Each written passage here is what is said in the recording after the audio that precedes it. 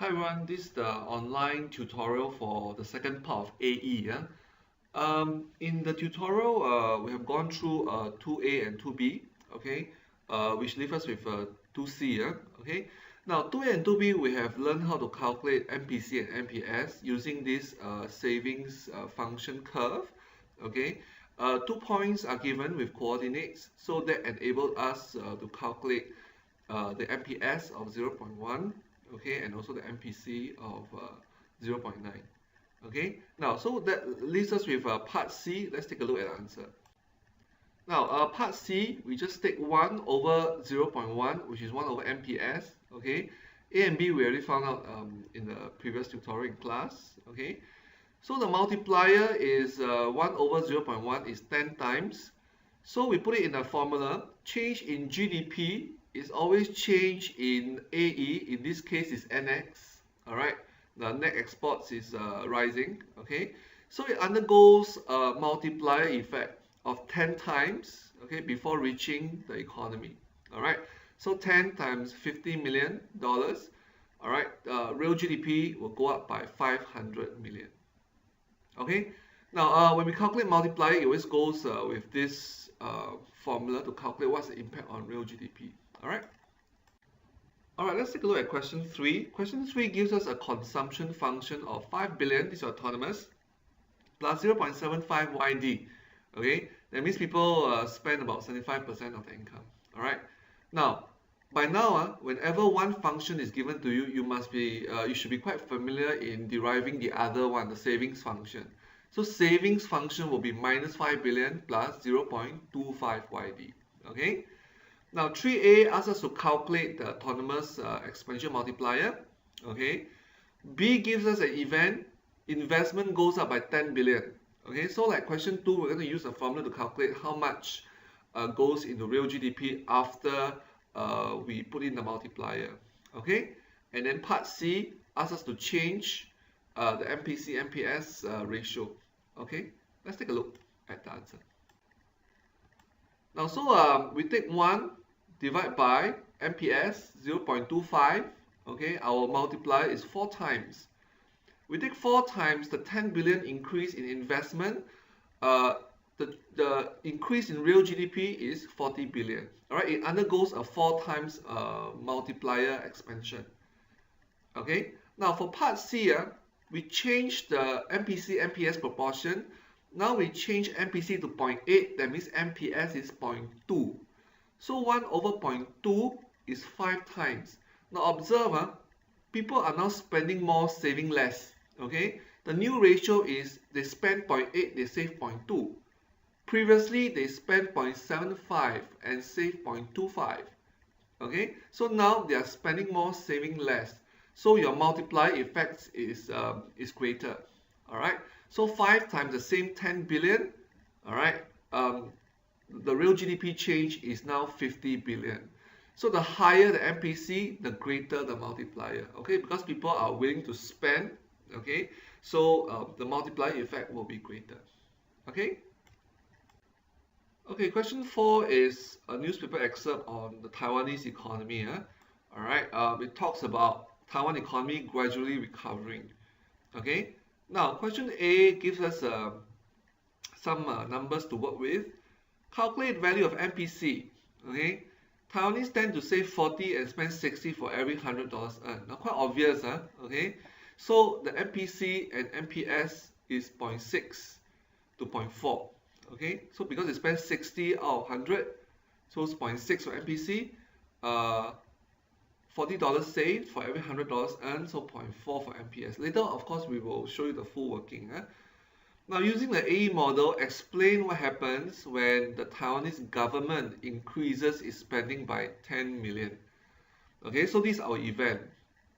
Okay, the G goes up by 10 million. Let's see what happens in the answer. Okay.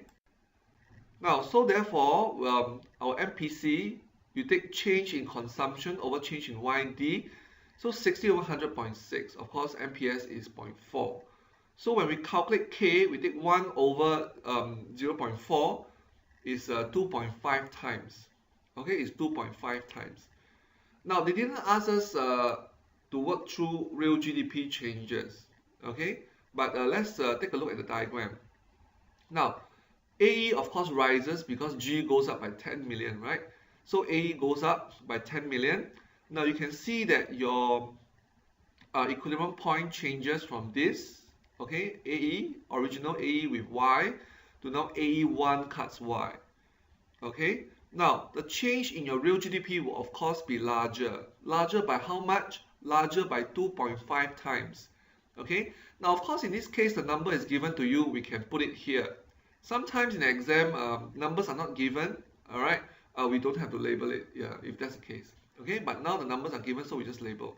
So a 10 million change in AE higher, okay, will lead to a 2.5 times the change in real GDP. So the numbers are given to show the difference.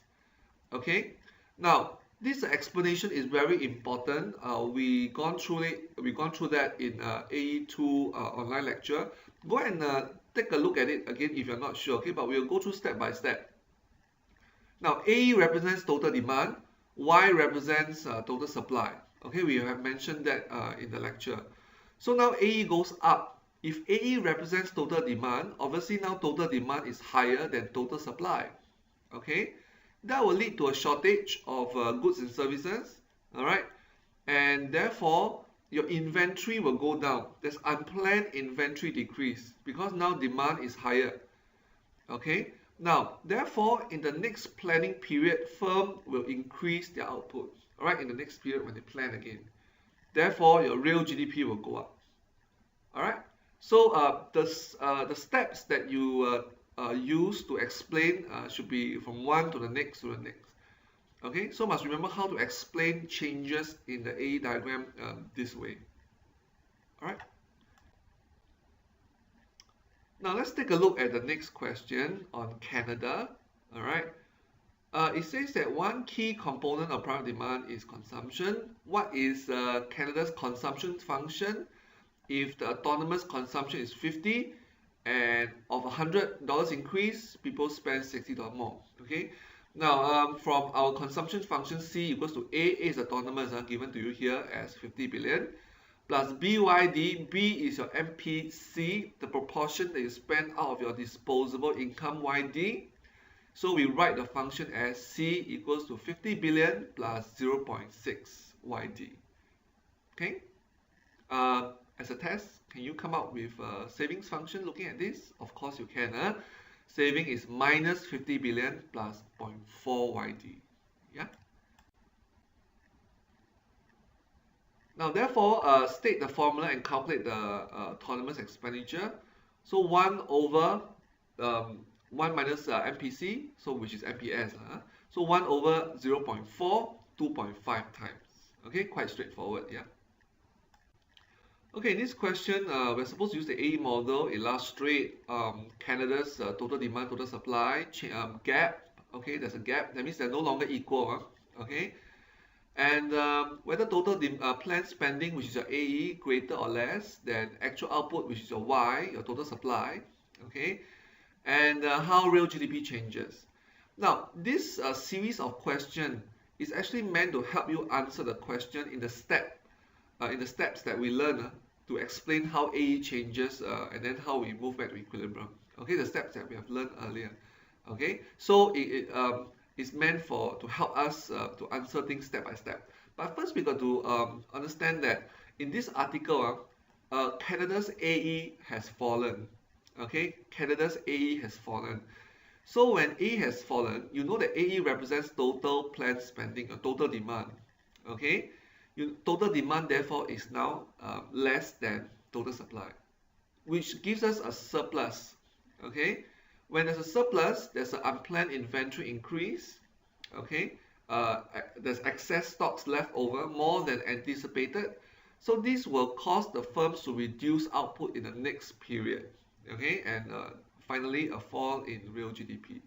So initially you're here, and then there's a surplus, and then you cut production. That will bring you to YE. Alright, this is the reverse answer to that of the Taiwanese example whereby AE has gone up.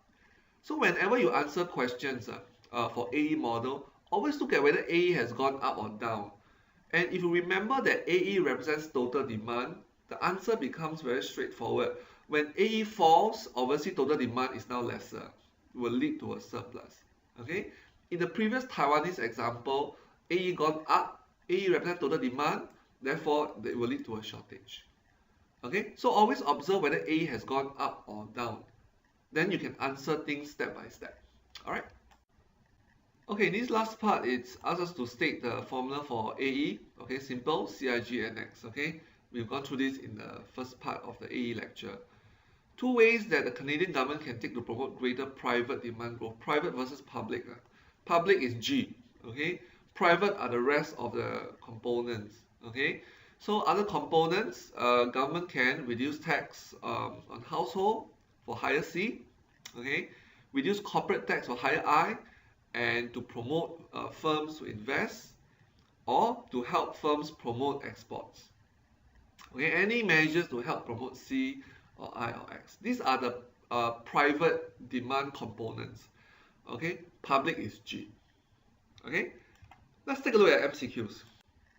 Now, in the previous tutorial last week, you should have gone through the first 4 MCQ questions as part of AE1. Okay, but just let me go through everything again. Okay, now what does the AE function shows? What relationship does it show? Of course, it's total planned spending in the economy, which is your AE, and the real GDP. Okay, that's what we have learned so far, not the rest.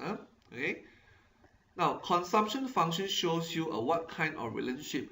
Now, if you remember, your consumption function is upward sloping. Okay, go and take a look at it in your notes. Upward sloping, which means a positive relationship. All right, now a positive relationship between what? It measures consumption on the y-axis and disposable income YD on the x-axis. So it shows you a positive relationship between C, your consumption, and your disposable income. That means when your disposable income is higher, you spend more. Disposable income lesser, you spend less. Now, in this question 3, the savings numbers are given to us. So change in savings divided by change in YD will give us our MPS. Okay. Change in saving is 1, change in YD is 5, so 1 divided by 5, 0.2. So MPC is the rest, 0.8. Okay. Question 4, savings increased by 40 for every $100 increase in disposable income. Using the formula change in savings divided by change in YD, you should know that MPS is 0.4. Okay. The savings of 25 billion, this is your minus A of 25 billion. Alright, now this will give us a consumption function of a plus 25 billion plus the remaining portion that we spend. Saving is 0.4, so our spending must be 0.6, our MPC must be 0.6. Okay, so consumption is equals to 25 billion plus, because we're spending it, plus 0.6 YD. Okay. Now question 5, it says AE less than real GDP. AE is total demand, right?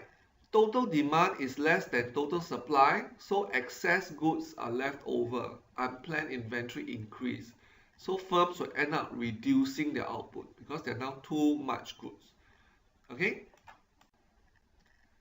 Now question 6, an increase in investment by 200 million, it'll bring about a rise in real GDP by more than 200 million. If we remember our formula, change in real GDP is equals to change in AE times K, the multiplier effect. Now the multiplier effect is generated by rounds and rounds of consumer spending. Okay, I show you guys a flow chart. Okay, in the AE2 online lecture. Alright, you can go and take a look. Alright, so your entire AE model, your multiplier is powered by rounds and rounds of consumption spending. Okay. Question 7, MPC 0.6, MPS of course 0.4. We calculated this a few times just now. So 1 over 0.4 is 2.5 times. Alright, let's take a look at this question. Question 8 is particularly tricky. Okay, let's do it slowly together. Now, it says that the potential real GDP is 700 billion, but currently it's only 620. Okay, so currently is less than potential, and we are 80 billion short. of potential, right? Currently only 620, but potential 700. Okay. Now the question asks us, given this MPC amount, how much will the government have to increase its spending in order to reach potential level? That means how much must the government spend, all right, to bring real GDP, the current one, from 620 to 700. Okay, and given this MPC amount. Now let's calculate the multiplier first. All right. Now your multiplier is K over 1 over divided by MPS. Okay. Now this is something that you got to take note. So far we always assume that people spend more than they save. That means MPC is always higher than MPS. It may not be this way all the time. In this case, MPC is only 0.2. That means people are saving 0.8. Okay, ratio of their income. Alright. Now because people save so much, it gives us a very low multiplier number, only 1.25. Okay, because people are hardly spending, not much. Okay. Now, following this, let's take a look at our second formula, which is a change in real GDP is equals to change in AE times K. Now, we already know K. K is 1.25. We just calculated this earlier. Now, real GDP is how much we need to increase by, given this number of potential 700, current 620. We need another additional 80, all right, to get to potential. So the change in real GDP that we want is 80, like this. Now, this is a new way of asking you a question in which they give you the answer first.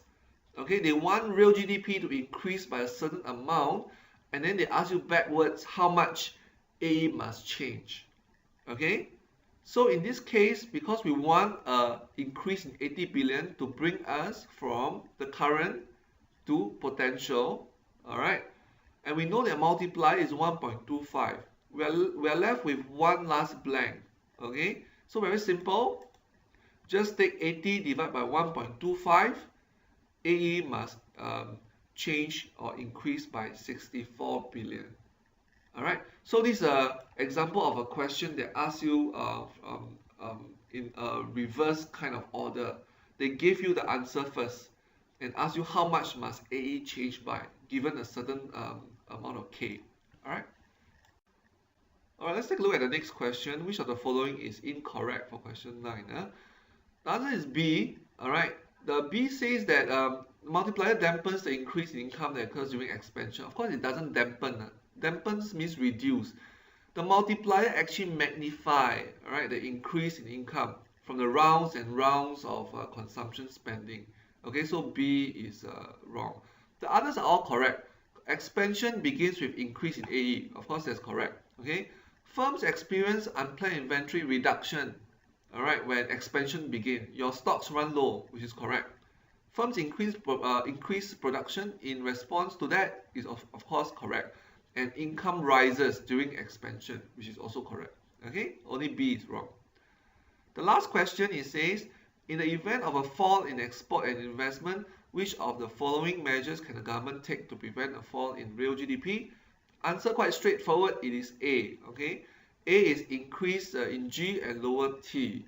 Okay, remember up G, down T, that is our typical expansionary fiscal policy. Okay, so this is the tutorial for the rest of the AE topic. All right, make sure you revise this and also take a look at the next topic for foreign exchange. See you guys.